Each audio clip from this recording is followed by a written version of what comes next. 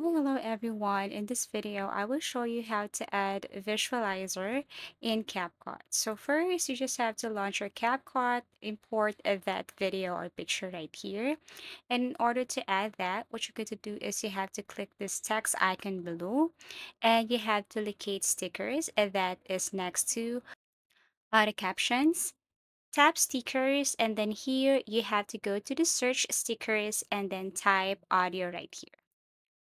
So once you type audio, you will see this audio. Click this one.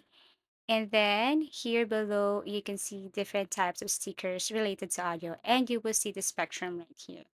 So in order to add this visualizer in CapCut, you just have to click this, tap cancel, and then click OK.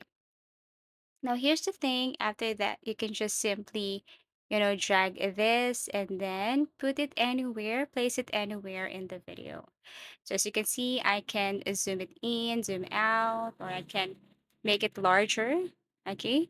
And in order for you to increase a video's length, you just have to drag this and then it should be matched with the video. And that's it. You can now place this spectrum or this visualizer in the video that you have added here on your CapCut.